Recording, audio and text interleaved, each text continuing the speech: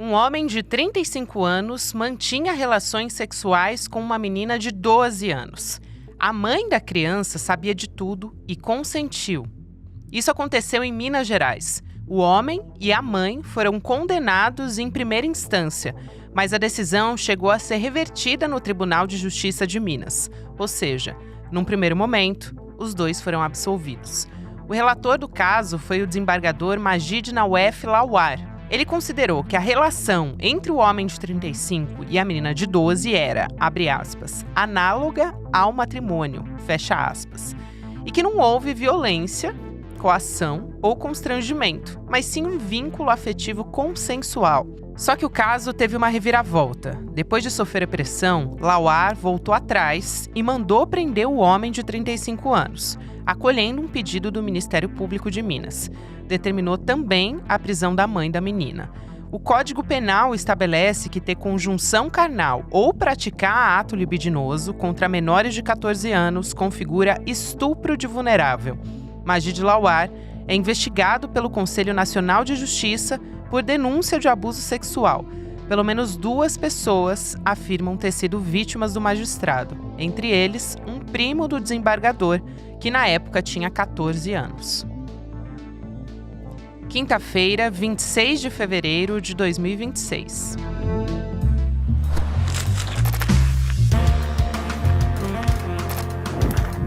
a Gabriela Varela, esse é o podcast Itália, com mais educação da liberdade.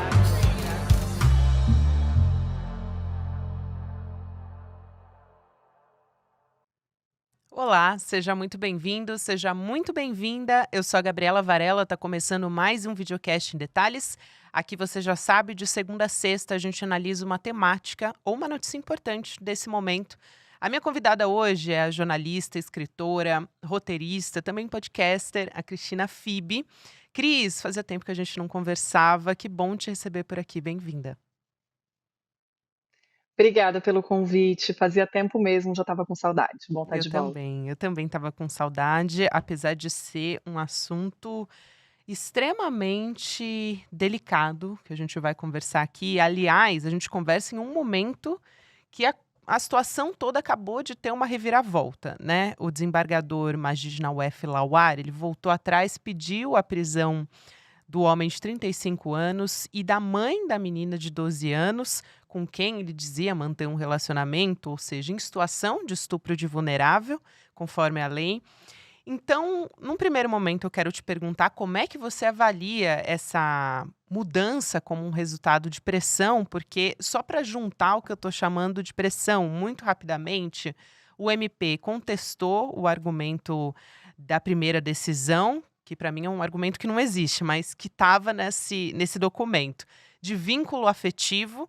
Houve crítica da ONU, pressão por parte da sociedade, sem contar as acusações que apareceram, que estão sendo juntadas de vítimas de abuso sexual contra o Lawar. Depois a gente vai falar mais longamente sobre isso. A gente viu um resultado prático de uma pressão popular e midiática em torno desse desembargador, que tomou uma decisão estapafúrdia, não tem outro adjetivo, realmente o acórdão foi vazado, apesar de ser sigiloso, mas os jornalistas conseguiram acessar, inclusive eu, e não existe explicação naquele acórdão que dê conta da gente ficar um pouquinho menos indignada com o que aconteceu. É estapafúrdio, é um absurdo muito grande, realmente era uma situação de uma menina de 12 anos com um sujeito de 35 anos, quer dizer, uma diferença de idade absurda.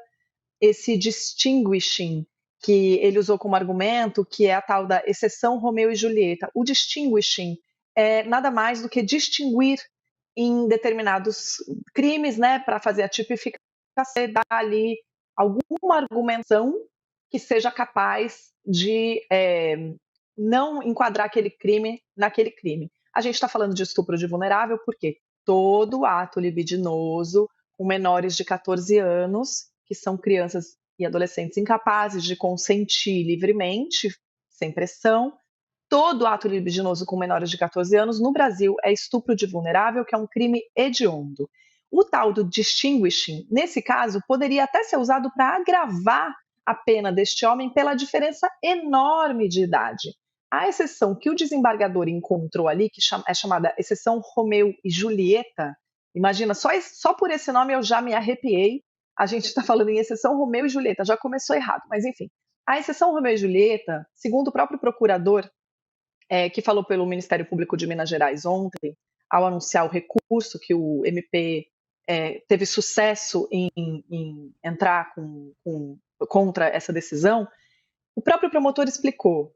A exceção Romeu e Julieta se aplica em casos de idade muito próxima, de constituição de núcleo familiar e, eventualmente, se essa união, que eu até fico constrangida de falar que não é união, é exploração sexual infantil, gerar filhos. Bom, nada disso para mim ameniza nada, porque você continua sendo incapaz de consentir, continua tendo que ter o seu direito à infância protegido pelo país. Mas essas seriam as exceções Romeu e Julieta. A gente está falando de um caso que deveria ser agravado pela diferença de 23 anos de idade entre um e outro, e também pelo depoimento da própria menina que diz: eu ganhava presente, ele comprava cesta básica. E olha, gente, não era uma relação de muito tempo. Dá para ver no acórdão que era uma relação de coisa de um mês, entendeu? Não é constituir um núcleo familiar nenhum, não existe isso. Era um cara explorando de uma menina e estuprando essa menina continuamente. Então, quando você, como desembargador, e foram 2 votos, então 2 desembargadores homens, com um voto divergente de uma desembargadora mulher, quando você, que tem que defender a lei e a nossa infância e adolescência, das crianças e adolescentes brasileiros, diz que isso tudo bem, você está fazendo uma postura contrária, que é: se for continuamente o estupro, é menos pior, é muito estapafúrdio.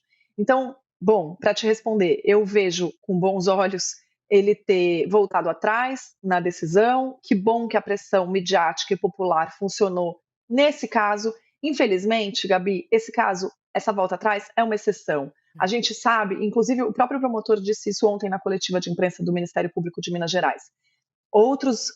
Muitos casos acontecem pelo Brasil em que estão sendo aplicadas essas exceções, Romeu e Julieta, e a gente tem meninas desassistidas sendo exploradas sexualmente, assim, histórias horríveis, inclusive de pai abusando da própria filha e gerando filhas, ou seja, netos desse pai.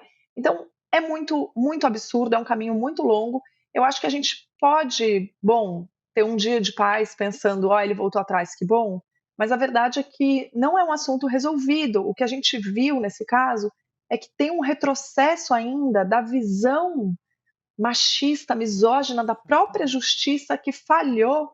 E, Gabi, nesse caso, os desembargadores quebraram uma corrente de proteção que estava sendo bem sucedida de uma forma muito rara, porque a escola avisou o conselho tutelar avisou a polícia, o cara foi preso, o Ministério Público investigou, fez a denúncia à primeira instância, uma juíza mulher, condenou esse cara, e a mãe por conivência. Faltou falar do pai, mas enfim, olha como são muitas camadas de patriarcado nesse caso, mas isso tudo estava funcionando, porque a menina, além de tudo, ela deixou a escola. E aí vão os desembargadores e dizem: tudo bem, não tem problema, porque na cidade é comum. Enfim, vamos ficar cautelosamente otimistas. É isso. Eu acho que algo que me marcou muito, como você entrou nos aspectos ali familiares, de contexto, de como essa família, e são muitas famílias que vivem nessa situação, né? Mas algo que me marcou, quando esse caso veio à tona, é que este homem de 35 anos, ele usava dinheiro, cesta básica, até doces, segundo os relatos, né, em troca de permissão dessa família para namorar com essa criança. Namorar, eu estou falando aqui entre aspas, para quem não está me vendo, essa criança de 12 anos. E aí eu acho que isso é didático, Cris, para construir esse contexto de exploração, que é um contexto de vulnerabilidade, que muitas vezes é um contexto que se dá ao casamento infantil, né? E que alguns juízes têm usado como justificativa, como você muito bem explicou, com esse precedente, que é perigosíssimo, porque outros casos já abriram antes dessa decisão ser tomada, dessa primeira decisão que absolveu este homem, né? Então, e ao mesmo tempo eu queria chamar a atenção para algo aqui, e para você poder analisar e falar um pouco mais sobre essa questão do casamento infantil, que foi a escola que percebeu a ausência dessa menina, e aí a escola acionou o conselho tutelar. Então, tem uma importância do papel da educação também nesse caso, né?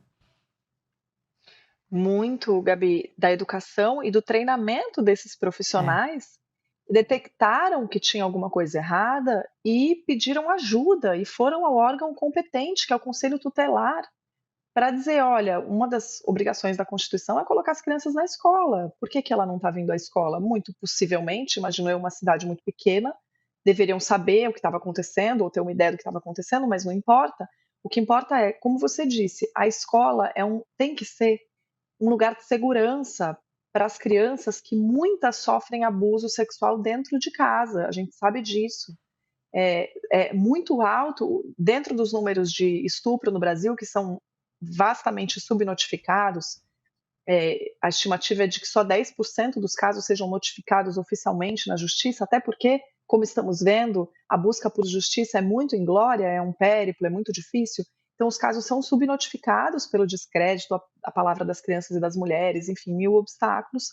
E dentro dos casos sobre os quais a gente sabe que são muitos no Brasil, a maior parte deles são de estupros de vulnerável, de crianças e adolescentes. Então, é um problema muito, muito sério. E também a maior parte deles acontece dentro de casa. Então, o lugar mais propício, mais provável a detectar esse problema e procurar ajuda é a escola, porque onde mais essa criança está, né? Deveria estar na escola e em casa. Se acontece alguma coisa em casa, quem vai procurar ajuda? Às vezes nem a própria família vai.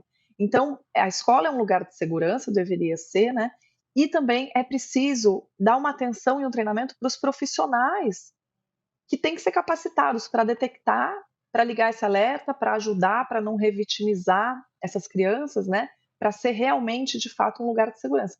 E aí, ó, a outra ponta, se a gente está pensando aqui, né, em soluções, já que o país inteiro está olhando para esse problema, é a educação contra a misoginia e o abuso infantil, Perfeito. para as crianças também saberem verbalizar o seu pedido de ajuda, porque muitas vezes essas crianças não sabem os nomes das violências. Essa menina que depois na justiça, essa do caso que a gente está falando, de 12 anos, imagina que a justiça pegou o depoimento dela para saber do consentimento dela, Para mas se nem a embasar. própria justiça brasileira, para embasar a decisão, se nem a própria justiça brasileira sabe o que é consentimento e falta de fato uma definição pela lei do que é consentimento, mas se os juízes são tão mal treinados a ponto de não ter a ideia básica do que é consentimento e a capacidade de consentir, e vão levar em conta que uma menina de 12 anos disse que para ela estava tudo bem, gente, assim, é muita desproteção, né, Gabi?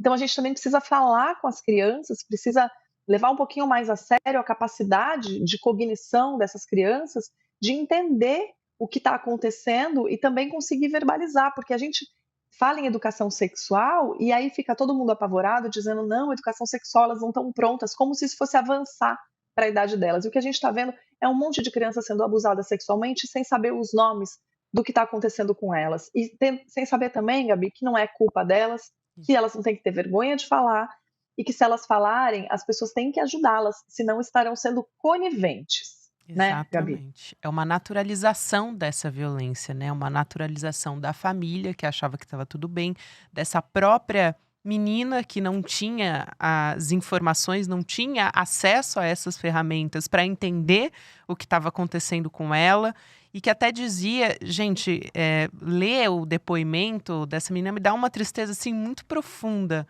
quando ela fala do que esse homem que era bom para ela fazia, né? Que era a cesta básica para a mãe, que ele comprava as coisas, o que ele deixava ela fazer, é realmente muito triste. E aí, quando a gente avança nisso, nessa história, dentro do TJ, o desembargador, o Majid Lawar, ele está sendo alvo, ele é alvo de denúncias de abuso sexual feitas pelo primo dele, o Saulo Lawar, que relatou um trauma que aconteceu quando ele tinha 14 anos de idade. Então, veja, aí apareceram outras denúncias a partir dessa, que foram até encaminhadas a parlamentares que acionaram o CNJ a partir disso. E o Saulo, o que ele disse? Que ele decidiu falar porque ele sentiu que essa dor era coletiva depois da absolvição desse homem de 35 anos pelo desembargador. Então, duas coisas aqui. Uma é o quanto isso encoraja outras vítimas, esse poder da denúncia desses abusadores, principalmente abusadores, aqui a gente está falando em posição de poder. E justamente este homem está numa posição de poder dentro do judiciário e ele se sentiu autorizado a relativizar e mais do que relativizar, né, a oficializar o estupro de vulnerável, o estupro, o abuso contra uma menina de 12 anos de idade, né? Autorizar e legitimar, né? E ainda colocar a assinatura nisso. Gabi, eu fiquei pensando muito nisso, né? Que difícil para um familiar de um desembargador, olha como é intimidatório isso, né?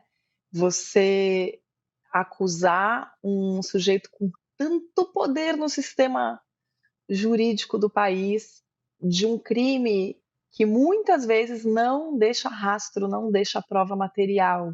É um crime de palavra contra palavra muitas vezes, mas é bom lembrar que a palavra da vítima tem força probatória. Deveria ter, pelo menos. Mas a gente sabe, e eu vejo, Gabi, do meu trabalho, das vítimas que eu escuto, quando a mulher ou a criança é vítima de um agente policial, da polícia ou da justiça, é muito mais difícil. Quer dizer, quanto mais poder, mais intimidada a vítima fica e mais difícil mesmo é conseguir justiça, é conseguir parar esse cara. E eu costumo dizer, nenhum abusador age só uma vez. Então a denúncia é muito importante e também condenar os estupradores é muito importante, né? Porque muito possivelmente a vítima não vai ser uma só.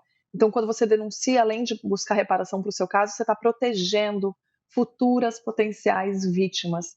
Então, eu fiquei pensando nessa coragem de falar, porque mesmo, quer dizer, eu acho que ele viu uma, entre muitas aspas, oportunidade, né? Assim, ele e uma indignação de falar, putz, essa coisa do abuso em série, né? A decisão é violenta também, né? É uma decisão que causa indignação nos corpos de quem sofreu abuso. Então, talvez motivado por isso e pelos holofotes que estavam sendo direcionados ao absurdo dessa decisão, ele tenha tido força para falar. Mas é muito, muito delicado e acho que isso encorajou também outras vítimas. Eu tenho acompanhado as redes sociais dele e muitas outras vítimas estão procurando ele para falar: eu também fui, eu também fui. É sempre assim, né, Gabi, numa onda de coragem, porque afinal o que ele está fazendo, ajudando a fazer, é tirar a vergonha e a culpa desse crime. A gente vira e mexe vai ter que ir falando sobre isso. A Gisele Pelicot falou, né, a vítima francesa do seu próprio marido, enfim, que agora ele já está condenado, mas o mundo inteiro acompanhou o julgamento e ela falou: a vergonha tem que mudar de lado. Então, é um pouco isso. Acho que nesses momentos a gente consegue ter uma mudança um pouquinho mais para lá da vergonha, sabe? Da culpa, do medo que as vítimas costumam sentir, em vez de os abusadores sentirem. Então, olha como é perverso um potencial abuso ser reforçado por decisões. Então, mas isso tudo é prematuro. Se eu disser isso aqui, serei processada também. Então, o que eu acho, sem dúvida, é que na mudança de ideia tem uma pressão que vem também dessa acusação e vem também do fato de o Conselho Nacional de Justiça ter prontamente e rapidamente dito: vamos investigar, vamos abrir um processo administrativo, vamos olhar para essas denúncias e vamos olhar também para essa decisão.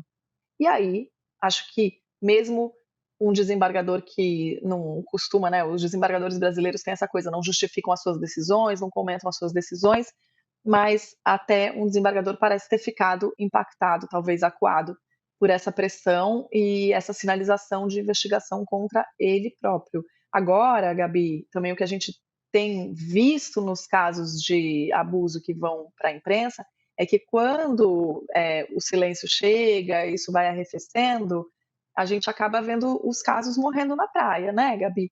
Então, assim, é importante também, é uma anotação até para a gente, lembrar de acompanhar e de cobrar Isso. o CNJ, cobrar o Tribunal de Justiça e o Ministério Público, querer saber daqui para frente o que vai acontecer. E provavelmente a Defensoria pode ser que recorra novamente, vá para um Tribunal Superior, o que vai acontecer depois disso? Porque é fácil também que essa menina hoje obtenha essa justiça que para ela pode até pensar que não é justiça, mas é, e daqui a pouco esse caso ter outra reviravolta e a gente não ficar sabendo. Então precisa ficar em cima. É difícil. Muito bom isso que você diz, até porque quando esse caso vem à tona, aparecem também outros levantamentos, reportagens na imprensa. Um desses é mostrando que os magistrados aposentados compulsoriamente por crimes sexuais, eles recebem valores que triplicam o teto constitucional por conta dos penduricalhos. E, aliás, é uma discussão muito atual, porque há uma pressão para que isso passe no Congresso, mesmo depois das decisões do ministro Flávio Dino no STF. Então, duas coisas. Uma é como uma pena, entre aspas, aqui mais uma vez, para esse tipo de homem poderoso, é uma aposentadoria compulsória, né? E a outra é a manutenção desses privilégios mesmo, que é benefícios luxuosos, mesmo depois de abuso de meninas e mulheres em casos comprovados. A solução encontrada para homens poderosos é essa. É colocar panos quentes, é aposentadoria compulsória. Então, eu queria te ouvir sobre isso. Como é que a gente quebra também esse ciclo? Se talvez esse primeiro, que é um micro passo, esteja jogando uma luz para talvez apontando para onde a gente deve ir. Eu acho um escárnio, Gabi. Eu acho que isso diz da desimportância desses crimes, sabe? Não é possível que não tenha uma visão mesmo de opinião pública, uma visão geral de que não dá para passar de determinada linha, sabe? E que os crimes contra crianças, os crimes contra a dignidade sexual, contra crianças e mulheres, eles estejam depois dessa determinada linha, tipo, passou dali, não, você não vai ter essas benesses. Porque não é possível, senão fica muito. É muita proteção, né? Fica. A verdade, né, Gabi, a palavra que a gente está procurando é impunidade.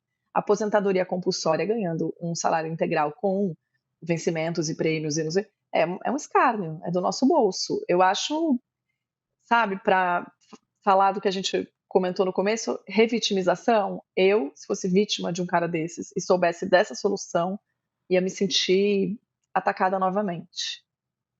É porque né? É um escárnio mesmo, como você disse, Cris, uma revitimização, uma outra maneira de revitimização também. Aliás, a gente tem um tempo aqui, eh, neste final de programa, Cris, que eu queria chamar a atenção também para a primeira versão que absolveu esse homem de 35 anos, desse documento, nesse acordão de 60 páginas, com um comando, um prompt esquecido, já que a gente está falando de escárnio aqui, e aí estava escrito assim, abre aspas, agora melhore a exposição e fundamentação desse parágrafo, fecha aspas, que é o que aparece quando você vai fazer o uso da IA, né, do ChatGPT, do Gemini, enfim, do que você for usar. Então, tem um perigo também, né, desses magistrados delegando a fundamentação de casos que são extremamente sensíveis à inteligência artificial. Eu acho que é um componente talvez novo que a gente esteja analisando aqui, né? A gente está falando de uma situação de vulnerabilidade absoluta que está sendo o caso que está sendo decidido na inteligência artificial. Eu fiquei assim. A vida de uma menina de 12 anos. Exatamente. Falar em escárnio. Eu escrevi minha coluna hoje no Amado Mundo sobre isso, Gabi, e eu vi algumas pessoas comentando nas redes sociais coisas do tipo, mas a justiça usa IA mesmo, como se fosse uma defesa da IA no sentido de acelera os processos, eles precisam mesmo e tal. Bom, tudo bem. Todo mundo aqui está mais ou menos habituado ao que a IA é capaz de fazer e também dos erros que a inteligência artificial comete. Então, vai usar uma inteligência artificial para compilar decisões anteriores, sei lá, o que for. A gente também imagina que não seja o desembargador que redija de próprio punho, deve ter ali os seus auxiliares para fazer isso. Agora, dito tudo isso, você deixar passar um acórdão desse, 60 páginas, sem uma releitura, sem o que parece, a sensação que fica, eu acho que não dá para afirmar isso, mas a sensação que fica é ninguém leu? Assim, é sério? A vida de uma menina de 12 anos vale menos do que a sua, vamos dizer o quê? Meia hora, uma hora de leitura final, de revisão final da sua decisão? Assim, passar um parágrafo editado por IA há 2 dias, a OAB de Minas, antes disso ser amplamente divulgado, soltou uma nota de repúdio à decisão do desembargador, na qual ela comentava o uso da inteligência artificial. E a nota da OAB de Minas fala do cuidado dobrado que você deveria ter, porque, além de tudo, essa decisão poderia abrir precedentes, a jurisprudência, para decisões seguintes tão catastróficas quanto. Então, quando você está falando de um tema tão sensível, de direitos humanos, de dignidade da criança e do adolescente, não é possível você delegar essa decisão, é essa a palavra que a OAB de Minas usam, é indelegável, não dá para você terceirizar para uma inteligência artificial uma decisão sobre a vida de uma menina de 12 anos. Como é que essa menina também vai ser agora ajudada pelo Estado? É uma obrigação do Estado proteger essa criança. Qual é o suporte? Então, vamos acompanhar, Gabi, vamos acompanhar. Eu acho que a gente pode ser relativamente otimista, como eu falei no começo, cautelosamente otimista sobre essa decisão de hoje, mas sendo realista, temos muitas camadas ainda de violência e de vitimização para conseguir superar no Brasil. Cris, quero muito agradecer a sua presença aqui. Eu sempre aprendo com você e você sabe, eu sou uma grande admiradora do seu trabalho. Obrigada por continuar trazendo esses casos e não deixar justamente que eles sejam esquecidos, né? Que eles entrem no silêncio, porque precisamos continuar cobrando e cobrando todos os dias, de olho em cada um desses casos que estão aí. São muitos, né? A gente tem um longo caminho. Obrigada, querida. Obrigada a você. Bom trabalho. Obrigada pelo convite. Conta comigo. Tamo juntas. É isso aí. Obrigada. Até a próxima. E você que continua aqui comigo no Em Detalhes, eu quero te fazer um convite muito diferente de usar essas ferramentas tecnológicas, como no caso que a gente trouxe aqui. Vamos falar de usar em prol da educação, de usar conteúdos que você pode confiar. A gente vai estar falando, claro, do Oráculo ICL. O lançamento é hoje, então, assim, dia importantíssimo para a gente, o lançamento dessa plataforma, que vai ser nessa quinta-feira, dia 26 de fevereiro, 20h. Você pode se inscrever gratuitamente em detalhesicl.com.br. O que eu posso te adiantar é que o Edu mostrou essa ferramenta para a gente, deu acesso para a gente previamente poder testar essa plataforma. E olha, pessoal, é realmente assim muito interessante o uso que você pode ter e é uma maneira muito fácil de você ter acesso a conteúdo educacional, às nossas aulas no ICL. Então, para você que tem, por exemplo, 15 minutos para estudar hoje, essa ferramenta ajuda você a otimizar os seus estudos. Então, assim, realmente, coisa muito boa. Como usar a tecnologia para o bem. Nesse caso, para a educação, vale muito a pena acompanhar o lançamento hoje. Eu faço esse convite para você, junto com a gente aqui no ICL. É de graça, vale a pena acompanhar o lançamento. Agora a gente continua na nossa programação. Tem Mercado e Investimentos com Débora Maganha. Na sequência, o Rolê ICL, você pode ouvir o Em Detalhes em qualquer momento do seu dia nas plataformas de áudio. Tem conteúdo novo de segunda a sexta-feira. Até amanhã. É hoje, turma, chegou o grande dia. 20h a gente vai lançar a ferramenta revolucionária que muda completamente o jogo, não só para aprender as coisas, mas para esse ano tão difícil como 2026. É uma ferramenta que vai fazer você ter ao seu lado o tempo inteiro as maiores cabeças pensantes do Brasil e do mundo, de uma maneira rápida, prática e pessoal. Uma ferramenta única no mundo, fruto de mais de um ano de desenvolvimento do ICL. Todo mundo precisa assistir e ter acesso a essa ferramenta para, nesse ano, a gente sair vitorioso. No ICL, o conhecimento transforma realidades. São mais de 300 cursos com alguns dos maiores nomes do Brasil, em economia, política, filosofia, história, finanças pessoais, autoconhecimento e muito mais. Aqui, cada aluno faz parte de um projeto único, 100% independente e financiado pelos próprios estudantes. É graças a quem se torna aluno que o ICL existe e o jornalismo livre chega até você. Se inscreva agora em icl.com.br e torne-se aluno. Estude, apoie e faça parte da revolução do conhecimento.